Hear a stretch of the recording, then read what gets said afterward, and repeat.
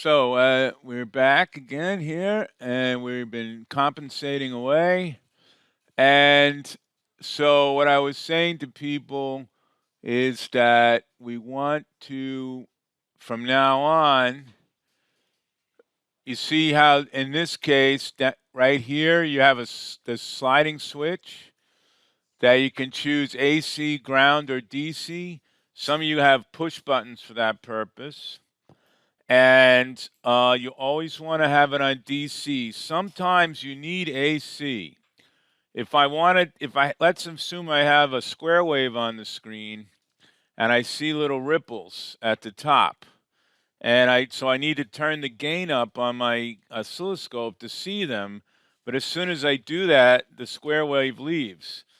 Now I might be able to do the up down button and bring it back, but there's a limit to that. So then if I put it on AC, that removes the DC component, and I can move something up and down, and it'll stay with me even if I crank up the sensitivity.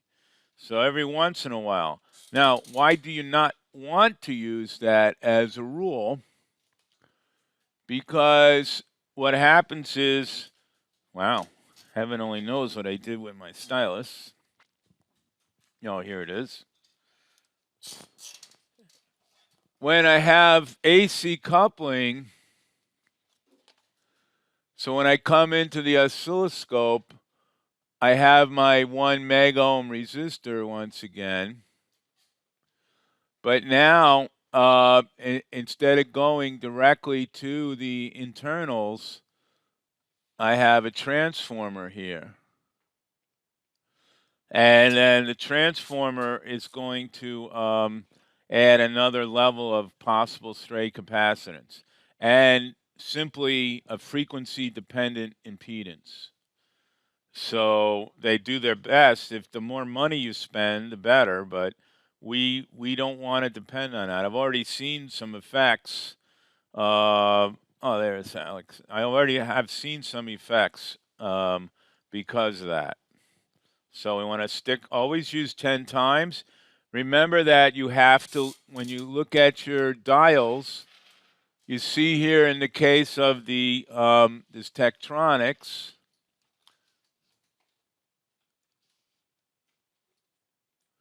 that, let's get, where's the style, the cursor, right? So let's get a nice bright color. And red. So you'll notice that here is for the 1-time probe, and over here is for the 10 times. Same thing over here, the 10 times. So you read your volts per box from that side now, the 10 times. Always check your probes. It's not as big of a deal here because we're the only ones who use this. But as you can imagine, in 2200 class, they're always monkeying with the knobs, trying to screw up the next group. All right, I've recorded this, Alex. All right, so probe compensation. Next topic, inductors. Now, notice that both of these guys are labeled low-pass filters. But notice that they are inverted in a way because when you invert this guy, it becomes a high pass. So you look at this on the right, and your first impression is that this might be a high pass. But it remains a low pass because the impedance or reactance, I just say impedance. Strictly speaking, it's the imaginary part, so it's a reactance, is 2 pi FL, no 1 over. So that means that the inductor has a low resistance, a low Z, for low F. So remember, no matter what,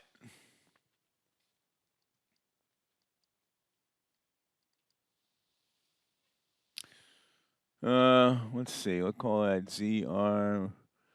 ZC, ZL, ZR again. So the V out over V in here is ZC over ZR plus ZC. And at low frequencies, the capacitor has a high impedance.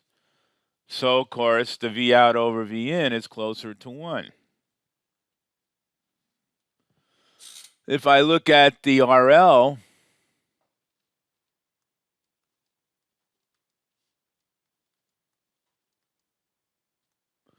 I want the numerator to be low. Oops. I want the numerator, still want the numerator to be high, but to do that, I have to make ZL small. So the opposite goal in the individual impedance.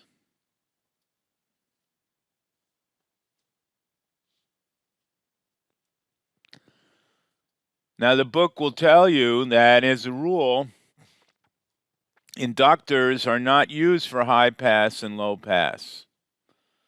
And they say something. So, in fact, no, we'll still stick with the word ideal. What is the ideal resistance of a capacitor? And that means the real resistance. And in fact, real capacitors have the same value. What's the resistance of the real resistance of a capacitor?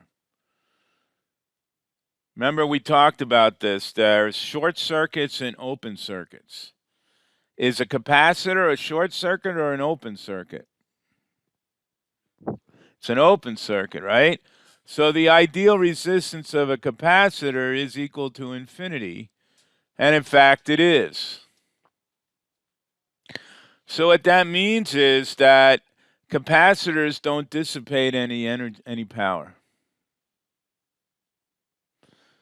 They don't get, well, they do get hot because of couplings to the outside world, but an ideal capacitor does not have any ohmic power generation. They don't get hot. And then an inductor is a continuous wire. So what would we expect the ideal resistance of an inductor? 0. The thing is that you can't realize a real resistance of 0.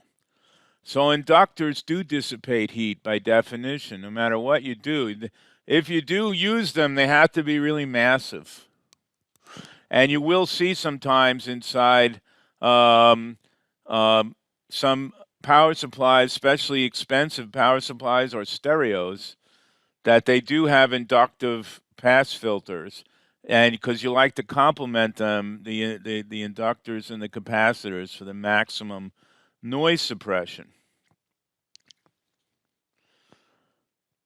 So when we interpret these circuits, we have to pay attention that in a low pass filter, the reactive element is Z1 instead of Z2 like a capacitor, and vice versa for the high pass filter. And it all has to do with their impedance as a function of frequency. The capacitor is 1 over F, and the inductor goes as F, with F, proportional to F.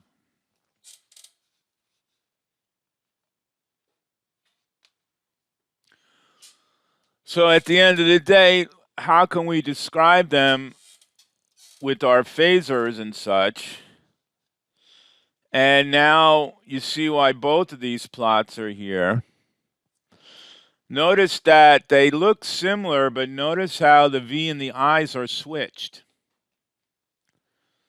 If I charge an inductor instantaneously has a voltage across it. In fact, it's opposed to the applied voltage.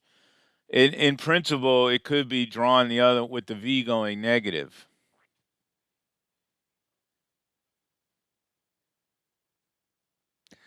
And the current is 0, the opposite of the capacitor. So essentially, at t equals 0, at t equals to 0, RL equals to infinity, as opposed to 0 as it is with the capacitor.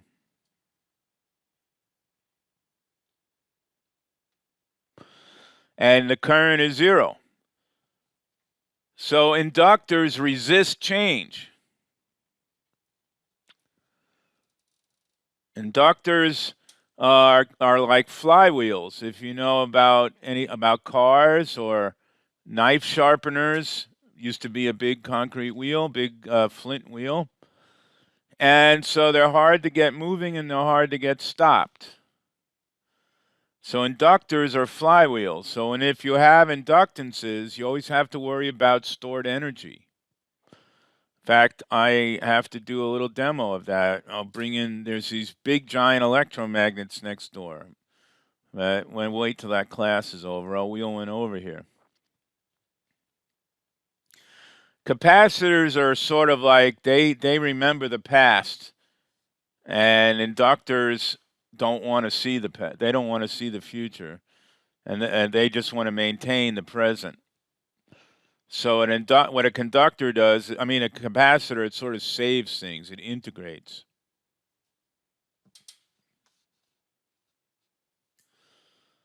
And this is consistent with what we saw up here about switching their roles to achieve the low pass filter. Oh, this is what I want. I'll have to create that for you. I was busy doing other things.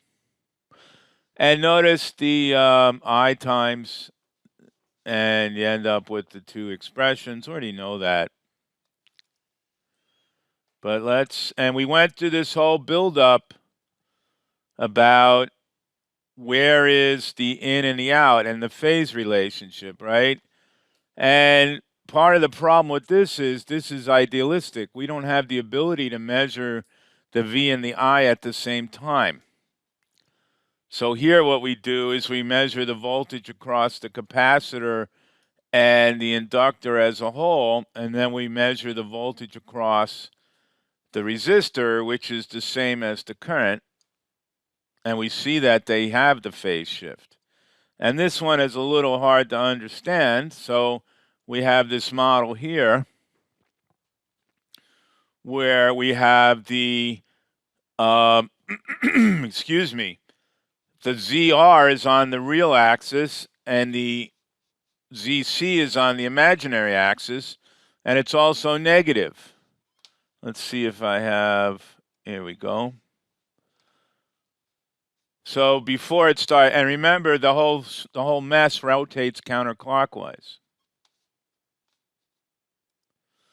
So then we can understand here, at this point, Z total is our V in.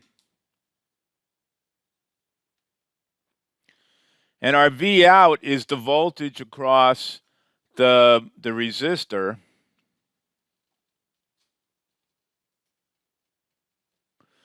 And we see how the voltage across the resistor is ahead.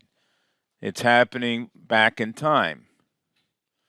So when we look at, and it's always the output we see is the projection of these phasors onto the real axis. So we see that the voltage across the Z of R is heading towards the imaginary axis, so it's getting smaller and smaller. And here is that's what this dotted line represents.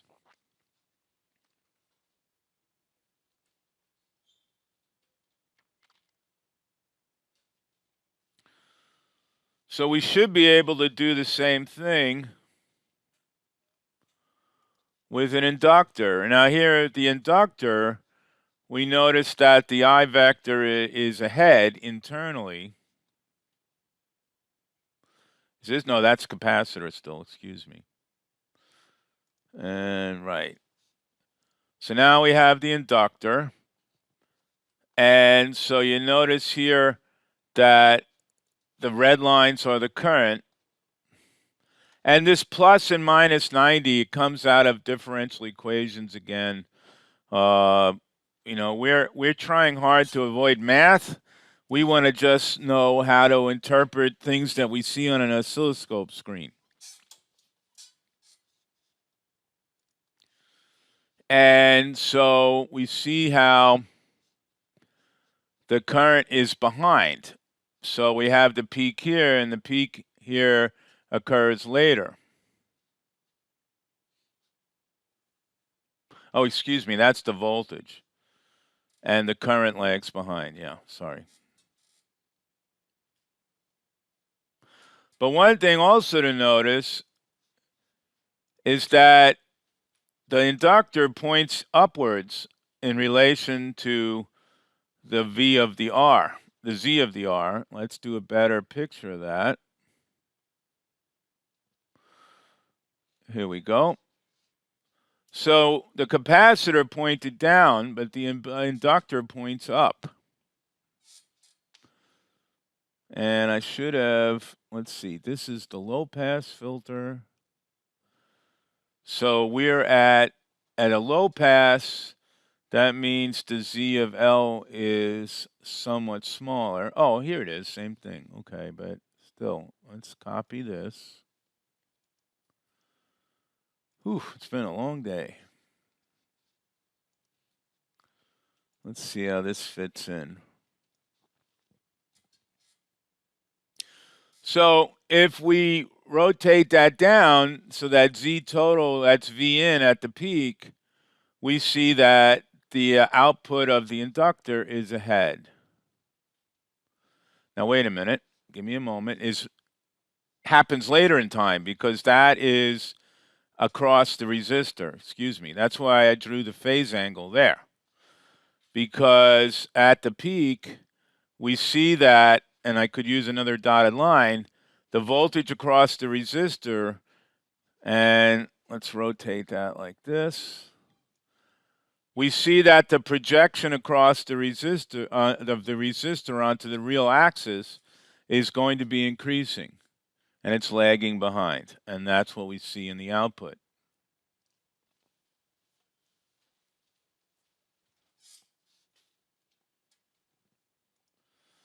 And now I just made examples of, this is the low pass in RC and the low pass with an inductor.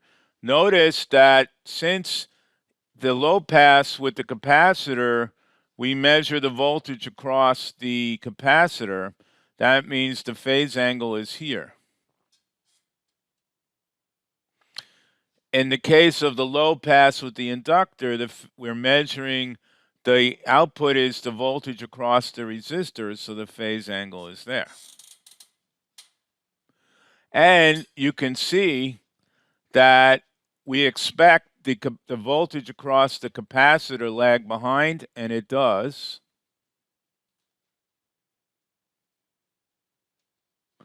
And by the same token, we expect the voltage across the resistor lag behind, and it does. Excuse me. Blah, blah, blah. Yeah, it's lagging behind both times. I always mix that up. I did this on purpose, but notice that you're achieving the same effect, but ZC is much bigger, or is bigger anyway, than ZL, but I achieved the same effect on the output. The phase shift is the same, and the V out over V in is approximately the same.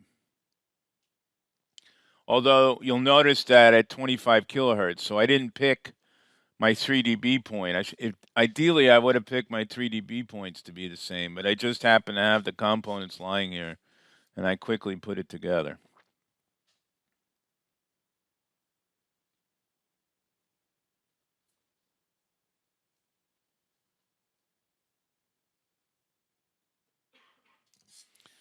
Okay, what's next?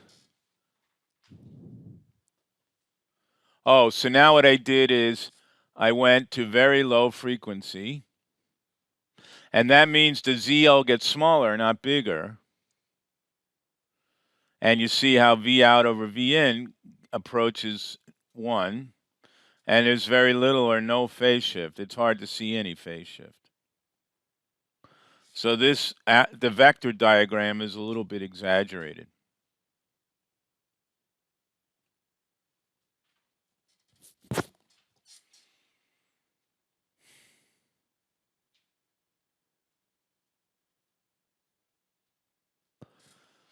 Right. What's next? Oh, and so I made an equivalent for comparing the capacitor high pass and the inductor high pass, and you notice how now the Z of the capacitor is very low and Z of the inductor is very high. They have equivalent phase shifts again because the phase angle is drawn between Z total and the thing you're measuring the voltage across.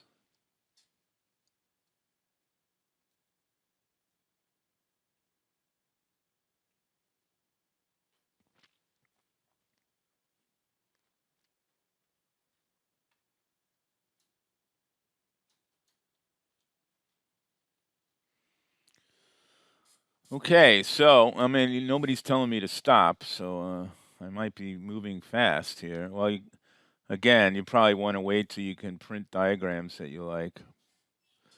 So what happens if we combine them? So what we're going to do first is we're going to just talk about the series. It's a little bit easier to understand.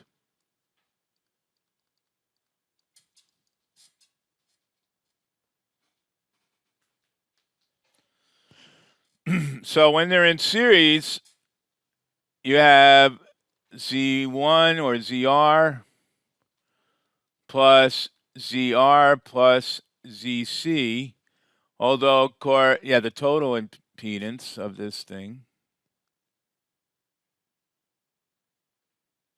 But because they're complex numbers, you end up with something like this. And, right, we're being a little cavalier with switching back and forth between Z's and, well, it's chi, capital chi. So for a series RLC, the two vectors, they're one-dimensional vectors along the imaginary axis.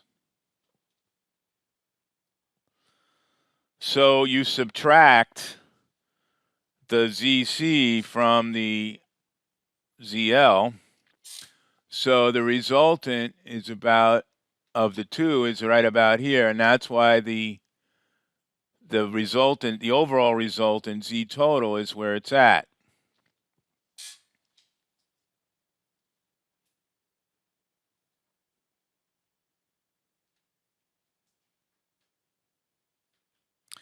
So here we're measuring the Z2 is the combined of these two guys. So the phase angle is here. Well, it's a phi, not a theta.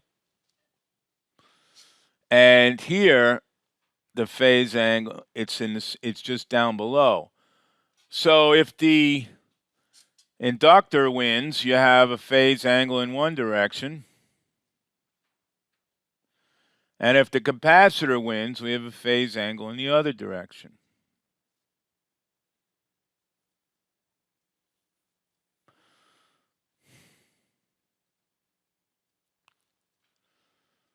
So that means then, well, slow down. We'll get there in a minute.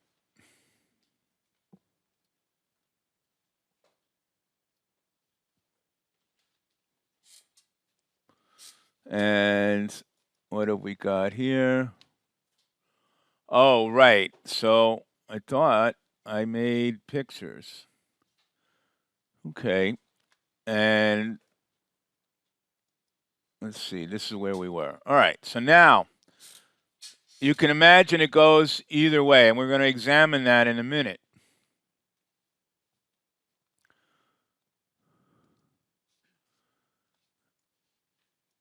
And we have to be careful here because this is for the series. What happens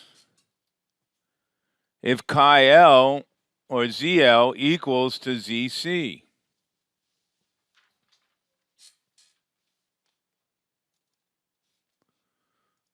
I'm just going to get rid of that.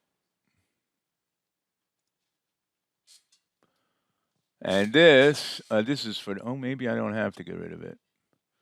This is what I was working on when the class started, the parallel. We're still talking about series, although what I'm doing here gets you the same answer whether you do series or parallel. It's just a little bit easier to understand if you start out here. So you're saying that 2 pi FL minus 1 over 2 pi FC equals 0, right? We said, what if they're equal? So then this becomes this, and I can solve for F. Notice in the phasor diagram now that Z total lies right on top of Z of R.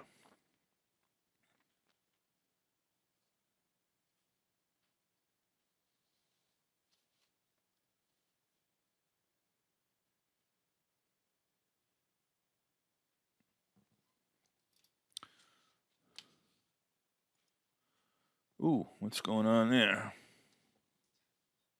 Oh, I unplugged one of my probes. Okay. And I may have lost my ground.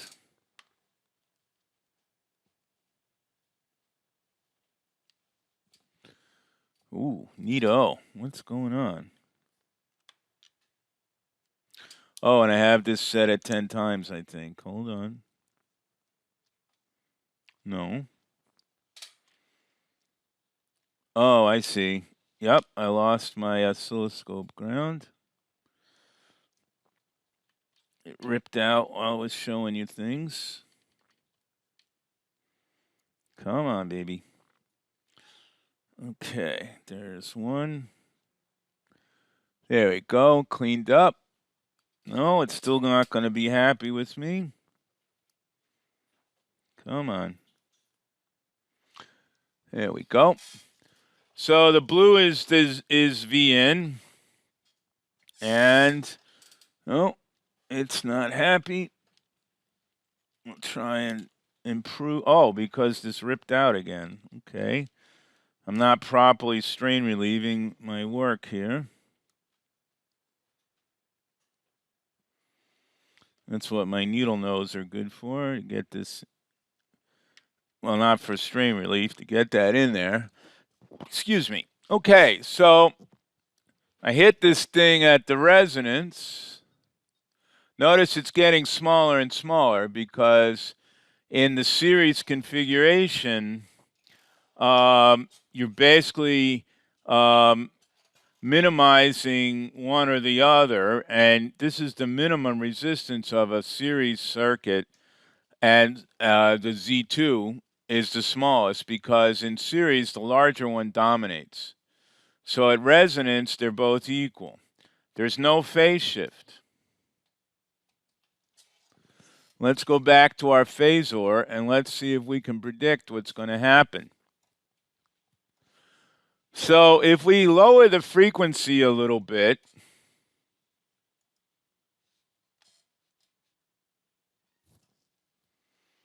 then it should pull towards the capacitor. Now remember that Z total, see, this is where I get a little confused because we're measuring across, for the series, we're measuring across the two of them.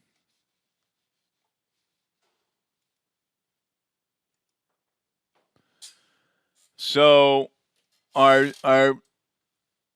Z total for the imaginary is here, this tiny little bit here. But it's not consistent with having an angle very close to 0. You would expect then that, and this is an, I don't know the answer, right? This is the things there's things that in the working world, this is why he's not so critical to show so much math, because in the everyday world, I've never had to think much about this. So that's the only place we see a small phi, right, is in there. So if we lower the frequency a little bit, we would expect, we would expect now this is back here, so there's the V out, so we expect it to go backwards in time a little bit. It's going to it's going to happen later. First, we're going to see the peak of Z out, Z total, and then the capacitor is going to be in charge here. Okay, let's see what we see. I was doing this too. So we lower the frequency and it gets bigger, and it's happening later in time. V out is happening later in time. Oh, because the inductor, I lowered the frequency. No, the capacitor takes over if I lower the frequency, because it gets bigger than the inductor. Oh, and in fact, yeah, it happens later in time. It's consistent. Okay. Because the Z of C is caught behind. Very good. All right. And then if we go, we should expect to see the opposite behavior if we go above the resonance, because now the inductor is going to take over. Where'd you go?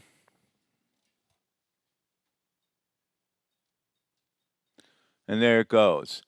Now, you guys are wiring up a parallel circuit. And in a parallel circuit, you're going to see that at resonance, it's going to go up, not down like it is now.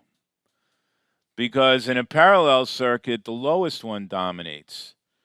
So you're basically looking for, just as instead of the lowest possible total resistance, you're getting the highest possible total resistance when Z of L and Z and C equal each other. And because we've already been so long here, I'll set that up, but I'll do it after I finish talking. I'll set up the behavior so you see it. We're at a half an hour. So basically, this is something like you should have seen from the oscilloscope lab. And you see that the RLC has a minimum at the resonance. What you're going to do today is you're going to map the parallel circuit. You're going to make a Bode plot of this. And in fact, this is wrong with this is the R. I stole this one. It turns out that you're going to notice the behavior is the opposite when it comes to R. So this is the current instead of the voltage. We're going to look at V out over V in. And we're going to notice that this is the opposite behavior. It's a weird thing in a parallel circuit. In a series circuit, this is true. So what is Q factor? Q factor in a very simple is energy stored. Oops, my paper wrote. Energy stored divided by energy dissipated. So it turns out that there's a very close equivalency to the central frequency divided by some delta F that I'm going to tell you about in a minute. And what it means is that if you have a high Q factor, it means, though, that you can only be a high Q factor for a small range of frequencies, which is okay for the most part, There's not a lot of time. There are times when you don't like that, like in axion searches, but that is way ahead of where we are. And you think about if you take a regular glass when you go into the cabinet and you take out a glass, if you hit it with your finger, it kind of goes dong, or it may make a little bit of a bell sound, but it doesn't last very long. And you'll notice it. You don't really notice, but there's many frequencies there. When mom or dad brings out the good stuff for Thanksgiving or Christmas or whatever, you notice when you hit one of those, it lasts a while, right? And it's a very well-defined frequency. It doesn't sound muddy anymore, right? Because it's only a narrow frequency that it can store energy in.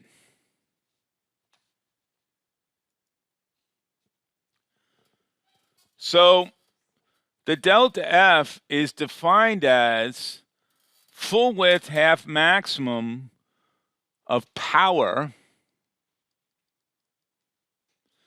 but we measure amplitudes. We measure V out over V in. So that's at the 3 dB point, not the 6 dB point. Remember, 6 minus, and that's when it's attenuating. So at the minus 3 dB point is the same as the minus 6 dB for power. Remember, we have 10 log of power out over power in equals 20 log V out over V in. There's no minus, I found out. That was just odd.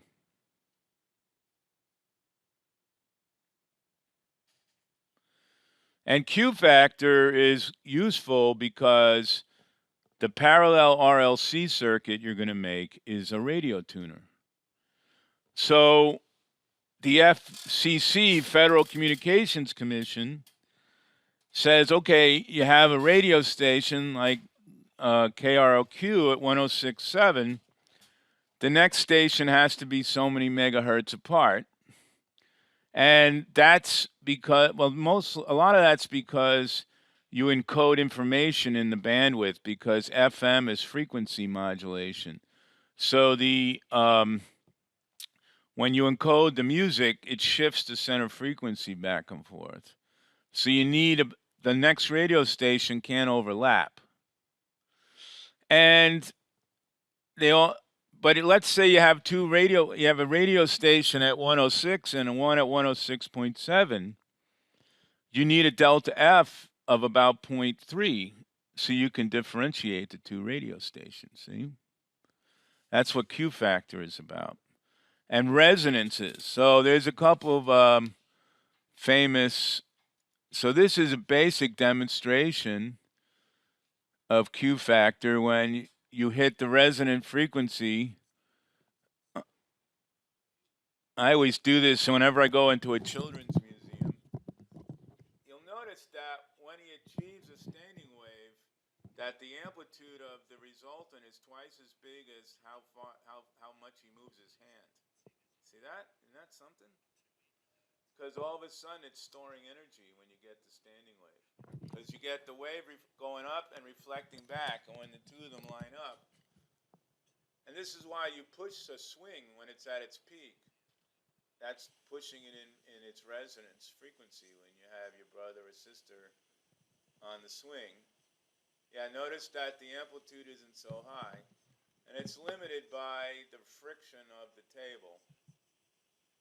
But it's cool. I remember once I was in a children's museum, and they usually hang them on the ceiling, and in fact, when I hit resonance, the amplitude got so high it was hitting something else, and all the kids in the room were like, ooh, I want to try that.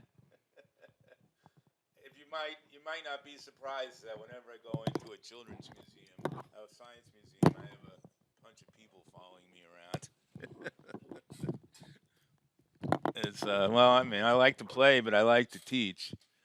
And then here's one of the more famous examples of failing to understand resonance, the so-called Tacoma Narrows Bridge. So they opened this thing up in the 30s. It's a place where you have steep hillsides and wind comes whistling through it. Look at the way see that it's a perfect sine wave. And they claim and it was also even those girders that make up that roadbed, that thickness is like 8 feet. But it's still, compared to other bridges of the day, was very thin. That was part of their design criteria to make a graceful looking bridge. Supposedly, when a guy gets out of the car and runs away, there's a dog left behind. And in some movies, you see. So there was days when they couldn't use the thing, right? They would be closed. And it's amazing they caught this on film, but they probably expected this to happen. I think the dude gets out of the car. Yeah, I think. Holy shit. I don't know if you've ever been on like I can remember being on the Verrazano Narrows Bridge, one of the biggest suspension bridges in the world in New York. And there it goes. I'm in traffic and the other side's moving. And it's amazing how much it flexed. Same thing with the World Trade Center. It could swing as much as 6 or 7 feet. It was designed to swing a lot more. I was up there once in a high wind. It was swaying. You're up 100, you're up 1,000 feet in the air, and the motherfucking thing is moving like 2 or 3 feet. It's very disconcerting. But yeah, the freaking thing it hit resonance, and it got so big it broke everything. So this is in our parallel configuration. The energy sloshes back and forth because the capacitor builds up, and then when it's going to the left, then remember the inductor resists it, and the energy in an inductor is in the magnetic field. In fact, big factories, they have they have their motors inside, and when the motors are coming on and off, the RLC resonance is always changing. And the electric company charges you for the number of amp hours that are delivered. If you don't have your motors inside set at resonance, the electricity comes in, but it bounces back out again. But the power company still charges you because they just see that they had the amps. So they have these boxes. They have facilities where they're constantly monitoring the resonant frequency coming in to match it with the frequency inside the factory. So they tweak the 60 hertz a little bit. Okay, so one thing when you get to this far, you can hit it. It walks you through it, and I'm not going to go into too much detail. If you hit the RLC circuit with the parallel one, with a square wave at approximately this frequency, the resonant frequency, you'll see something like the half wave. The other ones are there, but each of the different modes has a smaller and smaller amplitude. Now, you can then change the frequency, and you can see, and you'll notice it'll be multiples of the resonant frequency. I'll walk you through that. And then if you set the square wave really long, sometimes you've observed this already, this ringing. You'll see this ringing a lot if you use AC coupling naively. And usually ringing's a bad thing.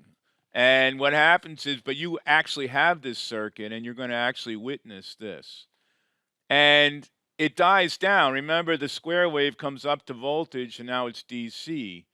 And it dies down because in fact, the inductor has a little bit of resistance. So you see that ringing, but it slowly dies down.